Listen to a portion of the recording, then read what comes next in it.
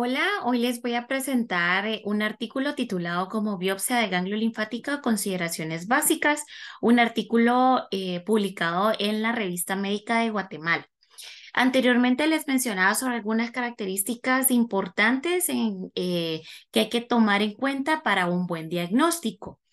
El tejido o el espécimen quirúrgico mayormente utilizado o que nos da mayor información para saber si hay infección por el virus de Epstein-Barr es el ganglio linfático.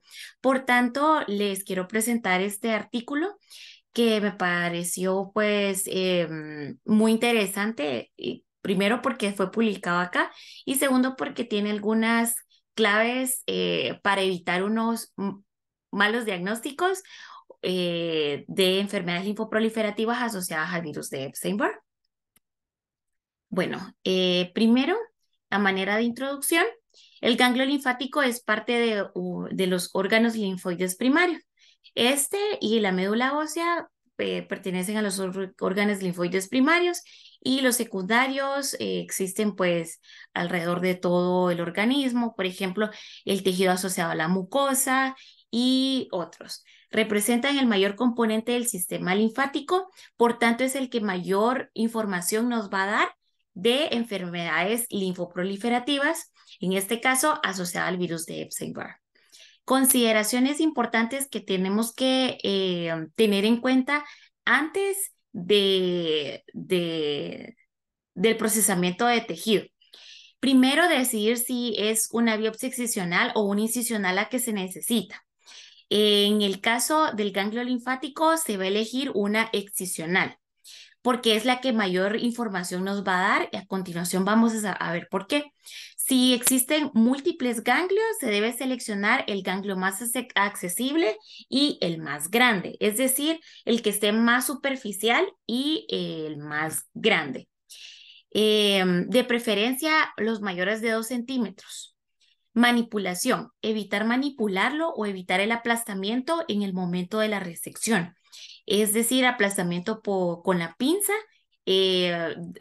Tenemos que tratar de sacar el ganglio linfático en su totalidad, ¿verdad? Así como redondo, ovoide, como la característica que tiene, que son ovoides redondos. Respecto a la preservación, tiene que tener adecuada cantidad de formol una vez ya puesto en el formol, porque si no, no vamos a tener una adecuada fijación. Y la cantidad de cortes del ganglio linfático dependerá del grosor. Si es, por ejemplo, un ganglio más de 2 centímetros, no se puede ingresar en su totalidad sin poder seccionarlo. Entonces, en estos casos se debe seccionar y para evaluar celularidad deben ser cortes finos, ya que los cortes gruesos no podemos ver las características celulares con mayor fineza. ¿Qué realmente es la problemática observada? Que algunas condiciones de la toma de biopsia pueden influir en el resultado diagnóstico. Por ejemplo, entre decidir si es incisional o excisional, nos va a dar mayor información la excisional. ¿Qué región anatómica? Por ejemplo, entre cervical, axilar e inguinal, la mayor información la vamos a obtener de los ganglios cervicales. En caso de no poder acceder a ganglios cervicales y el paciente no tener ganglios cervicales y si solamente tiene ganglios axilares, pues se accede a los ganglios axilares. Pero ¿qué es lo que pasa con los ganglios inguinales? Que forman mucha fibrosis y generalmente se asocia a infecciones del tracto geniturinario que son muy frecuentes y estos ganglios por localización cercana hacen fibrosis posterior a que tuvo infecciones, puede ser agudas y luego se cronificó, se hizo crónico esto y se desarrolló fibrosis. Entonces, donde hay fibrosis, no vamos a obtener celularidad para evaluar qué es lo que nos interesa, evaluar los linfocitos. Anatomía microscópica, pues solamente mencionarles que tiene 3 áreas se divide en la área cortical, área paracortical y sinusoidal. Los vasos aferentes, los que pues llegan con la información, hacia el ganglio, están alrededor de la cápsula o subcapsulares. Y el ganglio eferente, que es donde va a enviar la información el ganglio linfático hacia los órganos, hacia el resto de los órganos, se encuentra en el ilio, ¿verdad? Que es compuesto por arteria, vena y el vaso linfático eferente. Acá observamos una microfotografía del ganglio linfático, resección total, excisional. Acá tenemos el ilio abajo con senos medulares, la paracorteza enseguida y luego la corteza y los folículos linfoides. Si ustedes pueden observar, acá se observa tinción diferente que la que está alrededor. Entonces, esto también nos da una información diferente porque aquí los linfocitos que se encuentran acá son diferentes a lo que se encuentran alrededor. Entonces, los hallazgos realmente de ganglio linfático podemos dividirlos en hallazgos benignos y malignos, ¿verdad? Benigno, por ejemplo, la hiperplasia folicular o paracortical, propia de infecciones virales, la hiperplasia sinusoidal con drenaje de lesiones benignas, generalmente en extremidades inferiores o superiores, inflamación granulomatosa, ganglios en niños mayores de 2 centímetros es indicativo o un indicio de una enfermedad granulomatosa. Importante tener presencia de necrosis para una enfermedad granulomatosa. Realmente el granuloma puede hacernos pensar que es un ganglio linfático, pero generalmente estos son, son criterios muy distintos a las enfermedades linfoproliferativas. Linfadenitis aguda, por ejemplo, también podemos diagnosticar en ganglio linfático y estas por infecciones bacterianas.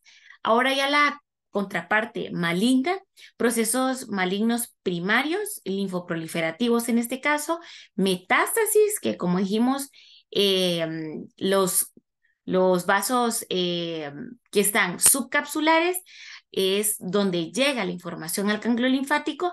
Esto es donde podemos encontrar metástasis. Como séptimo, angiomatosis, perdón, por ejemplo, hemangiosarcomas, que es otra entidad muy rara, pero que se puede diagnosticar con ganglio linfático. Entonces, tenemos diferentes tipos de biopsia que podemos abordar en cuanto al ganglio linfático. Puede ser esta, respecto a qué tipo de aguja utilizar, aguja fina o aguja gruesa. En dado caso que esté en cuello, por ejemplo, no siempre se puede utilizar una aguja gruesa. Entonces, en esos únicos casos, se indica la aguja fina.